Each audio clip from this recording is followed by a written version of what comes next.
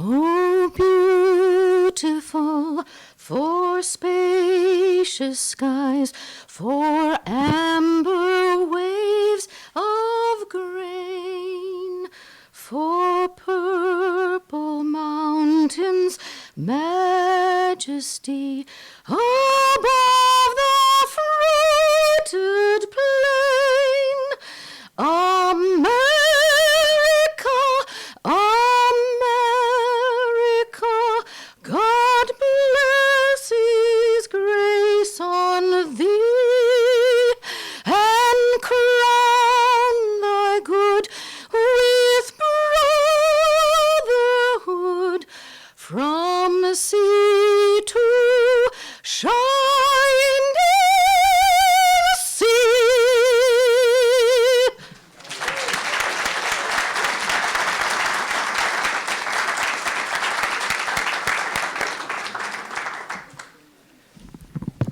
Good morning. Thank you all for coming, and thank you, Ep Sonnen, who is the president of the Lexington Symphony, for that rendition of America the Beautiful, and for the members of the Lexington Symphony who have disappeared and gave us a treat to handle. Yes, please.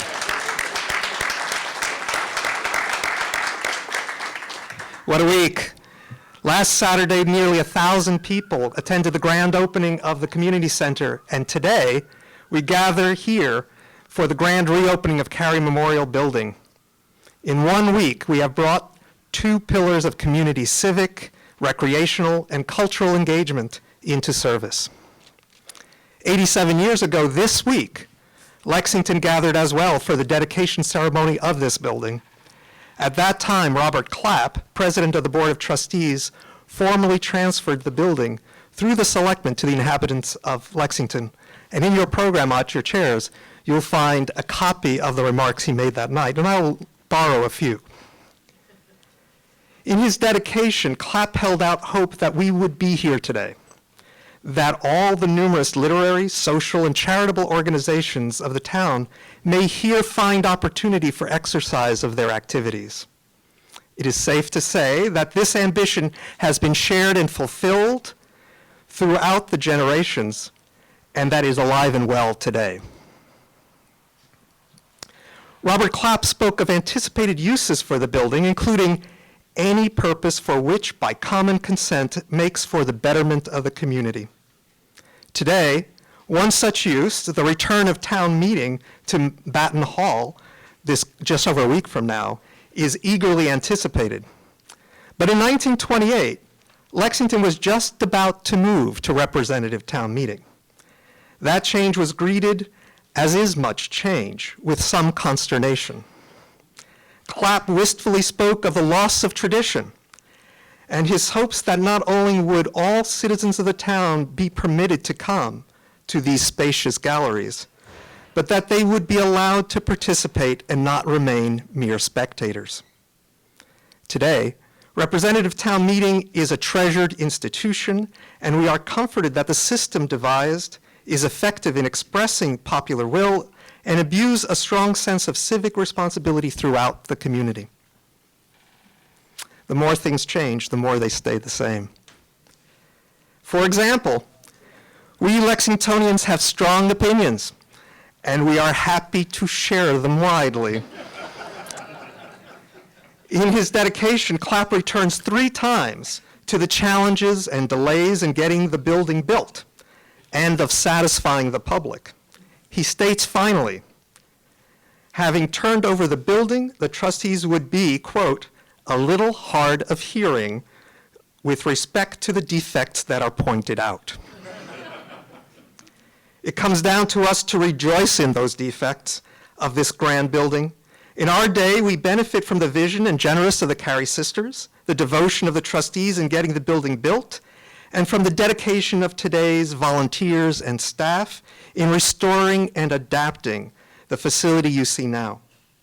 And no doubt, the defects we introduce will become the opportunities for future generations to transform this space to meet the needs of their time. I'd like now to ask Jonathan McPhee, the music director of the Lexington Symphony, to come and provide us with a few comments about cultural experiences. Jonathan? Well, thank you and good morning. That vision of creating a place where a town can come together to share ideas, opinions, but most importantly, just to share being part of this community is an essential part of any community that is vibrant and growing. I came to Lexington Symphony 11 years ago, and was in the national, at the time they performed at the National Heritage Society, which is a very small, wonderful space. The audience likes to go there, but acoustically for musicians, you couldn't find a more dead place to play in. So it's, if you have a choice between singing in the shower, where anybody sounds great, or singing in a padded cell, where no one sounds good, you're going to go to the bathroom to sing your arias in there.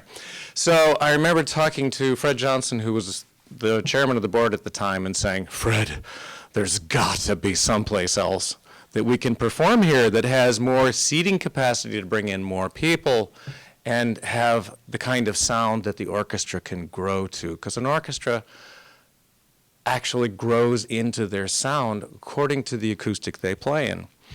So he said, gee, there's the high school, but it's busy. And we started talking to other people in town, and somebody said, well, you know that big building out there by the post office? Cary Hall. And they went, no, it's a lecture hall. Because, you talk about early purposes, people had a mindset here, this is a lecture hall. You don't do concerts here. So I walked in the building with Fred and with some of the other board members, and we looked at it. And there's something that's vaguely reminiscent of Faneuil Hall about the way this building is built.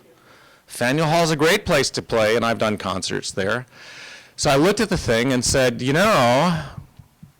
if you put a thrust stage in front of the stage that's there and put the music in the center of the room, it does two things. It brings the audience into a more intimate experience because you're right there. And acoustically, that's the place that all the music wants to be presented in the room to sound the best. And it's not just a lecture hall, it has great potential as an arts center. So we made that transition, we came in here. It's extremely exciting to see what's happened both. We doubled our audience almost overnight when we came here. We pretty much fill the hall. Get your tickets early, just putting that in.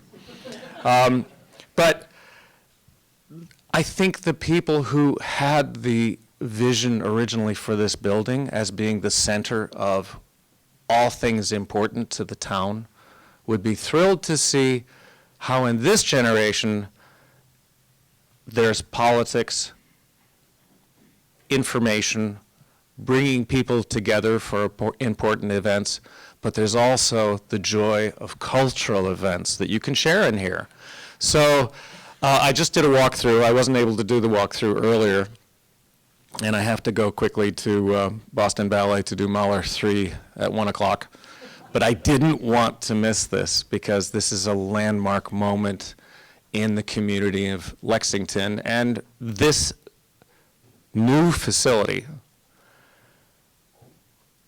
is going to be something that's going to bring all of the surrounding communities here as well. And I've already looked at the calendar of events and seen that we have such a variety of now performing arts and entertainment coming to Lexington.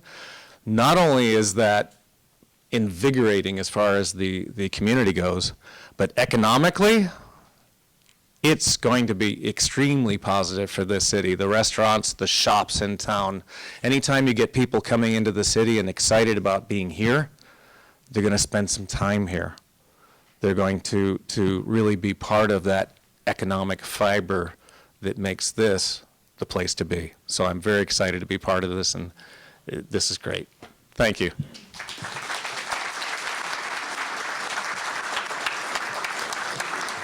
Thank you, Jonathan, and thank you for all that the Symphony does in bringing that culture to downtown Lexington.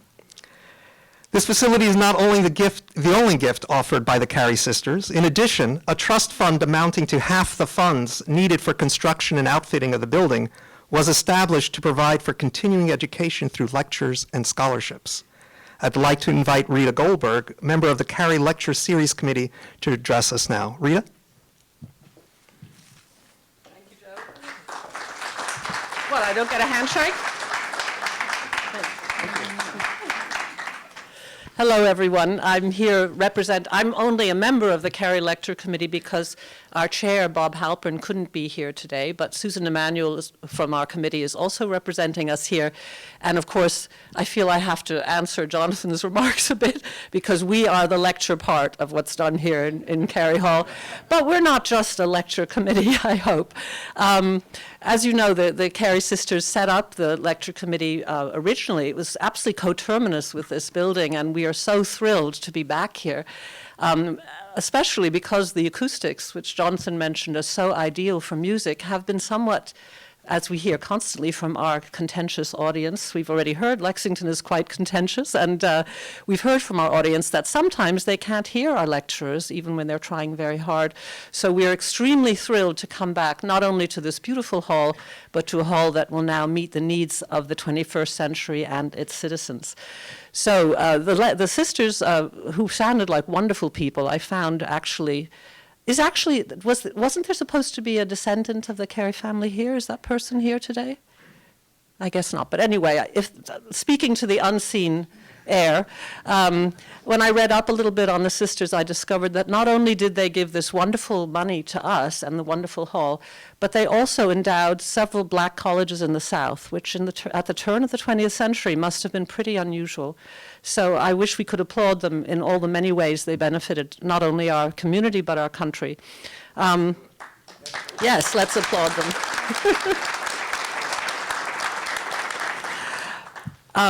And now on to some shameless promotion. I was just going to say that when this series started, I imagine this was a farming community, and these lectures must have been one of the sources of high culture to them. We still get complaints that we are too high culture. So if anyone wants something lower culture, come talk to me afterwards.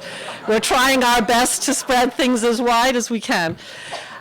We have had some wonderful speakers in the past, long before our tenure, the current committee's tenure, including, I remember Margaret Marshall, the head justice of the Massachusetts Supreme Judicial Court. And in our time, we've had Gwen Eiffel from WGBH. We've had Amartya Sen, the Nobel Prize-winning economist. We've had, on the occasion of our tricentennial, Jill Lepore, the marvelous American historian.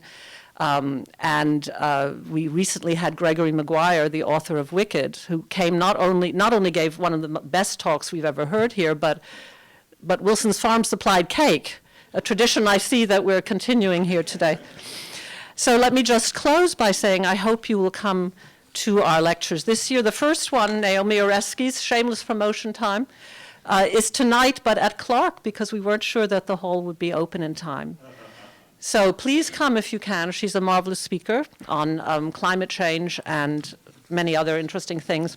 And then I've left a copy of that poster and also our current list of speakers on the famous yellow ticket. But I should tell you, while I have the chance, that we no longer regard these things as tickets. We regard them as reminders. Anyone from any community can come to our talks and is most welcome.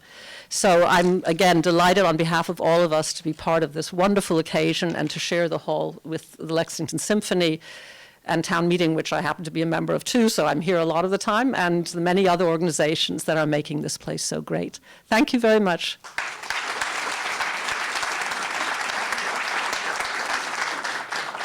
Thank you, Rita. Robert Clapp spoke of the challenges in bringing the vision of this landmark to reality. I'd like to invite Fred Johnson, chairman of the Cary Memorial Building Program Committee, to join us now and recognize the dedication and effort it took to refresh this facility. Fred?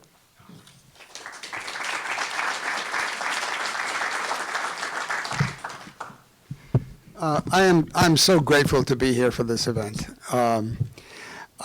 My love affair with this building began nearly 10 years ago when the Lexington Symphony started performing here.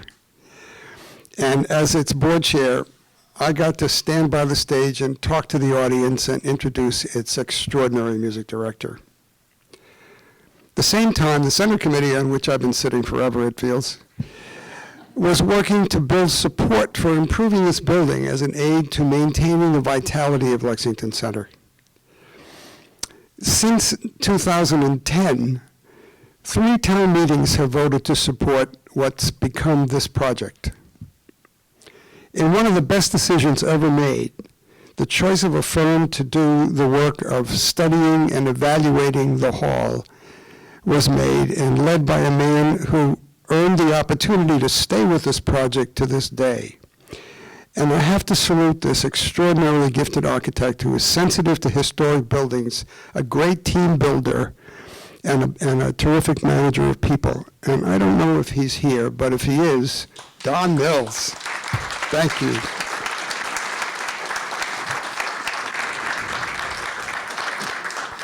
His partner through all these years is a man exemplary of what an incredibly talented town staff we have. Our own facilities director and a man of uncommon competence and grace, Pat Goddard. Where are you, Pat?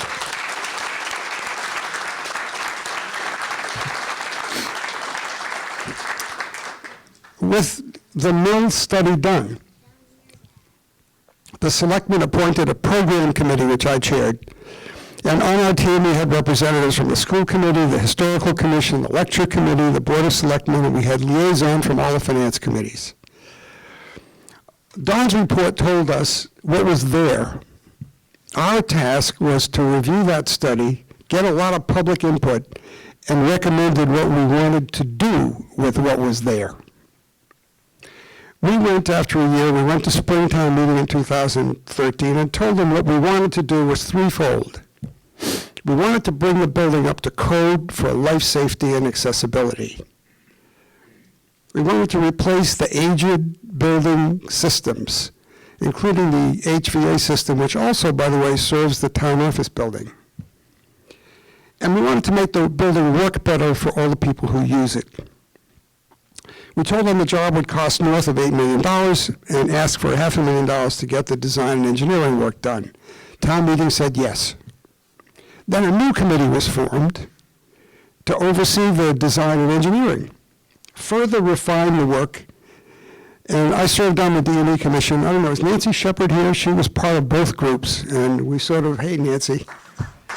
She was a great support on the first committee and a great chair of the second. That work went forward, and it included representatives from town meeting, from government, from the disabled community, from performing arts and PEG access. The liaison from the Capital Expenditures Committee, the Permanent Building Committee, the Appropriations Committee, and the Community Advisory Committee continued. And they were invaluable to us, keeping us sane as we went through all of the options for what cost money. And I can't tell you, I see him here, and I have to just say, there were many times when we got discouraged, when I personally got discouraged in this very difficult process. And whenever I did, I could always look over and see Dave Cantor, and he made me feel okay. Thank you.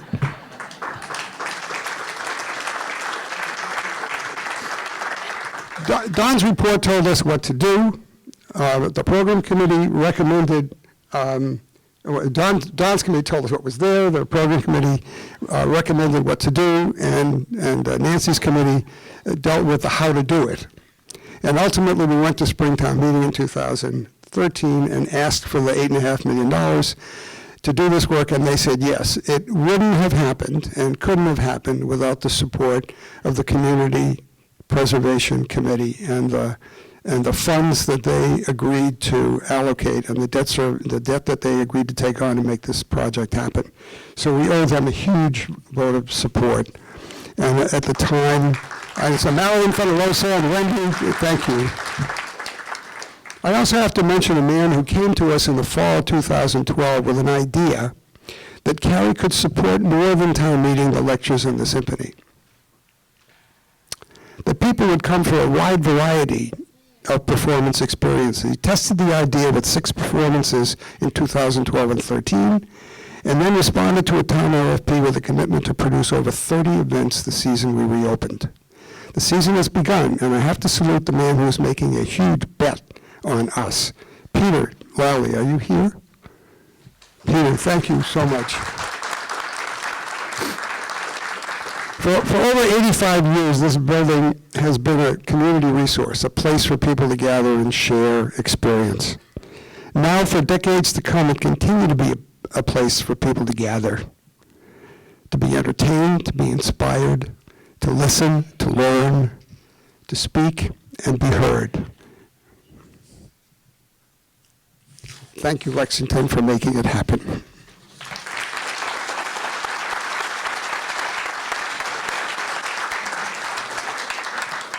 Thank you, Fred. This facility is not only for those active participatory events, but it's also for the community to come and see historical treasures.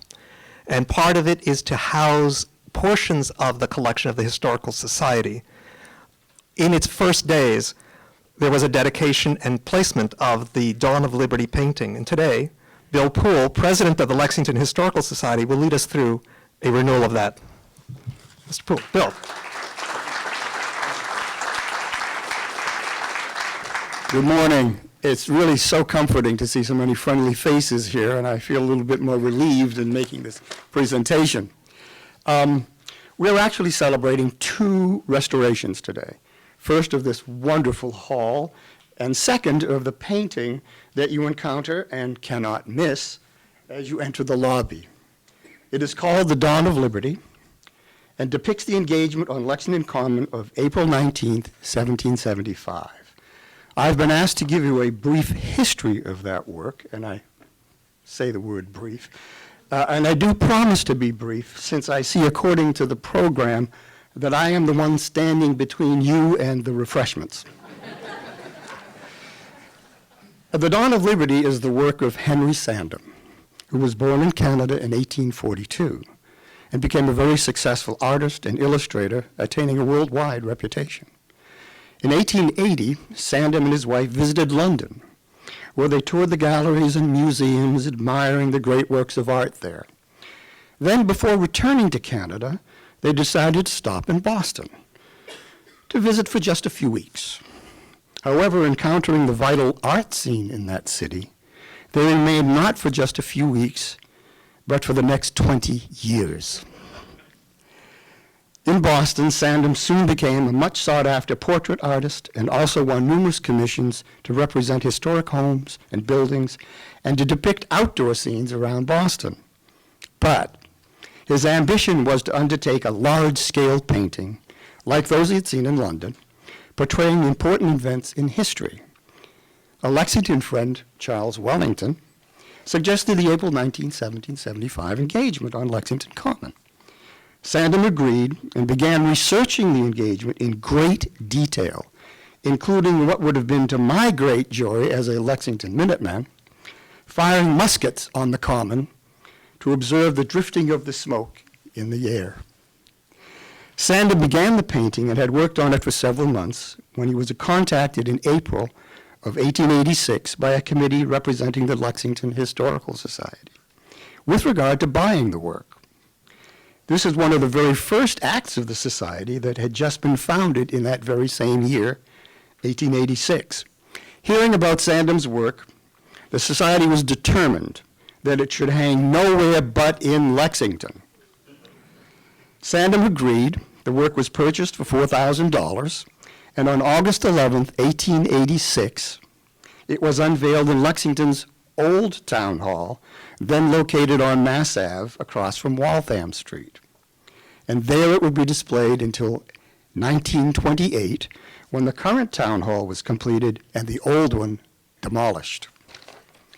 That same year, the construction of this Cary Memorial Building was also completed, and a special niche was created in the entranceway to hold the Dawn of Liberty, since the new town hall did not have the space to properly display it.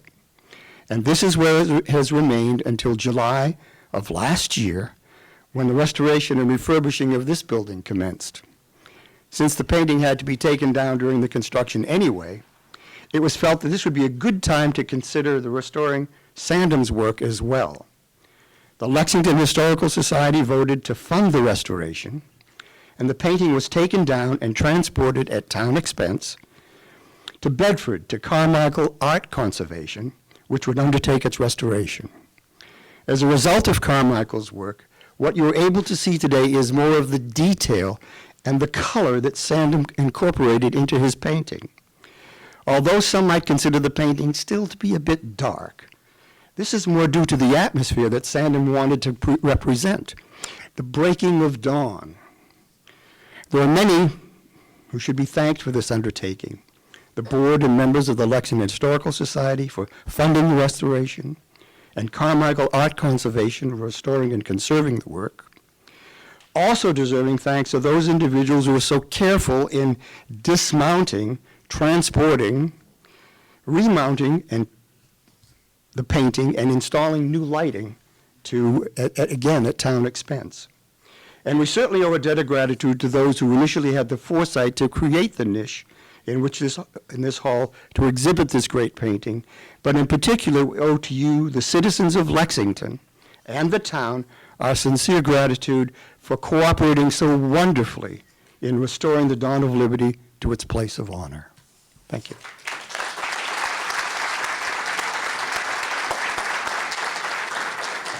Thank you, Bill, and thank you to the Society for all of the elements that they have loaned and placed here. We are here celebrating this facility, this building, all of the events and activities that occur, but ultimately, history, civic engagement is about people, it's about us. It's time for us to celebrate our presence here and have some refreshments. For those of you watching at home later, go to the refrigerator, break something out, enjoy it. So thank you for coming, and let's move on to the cake.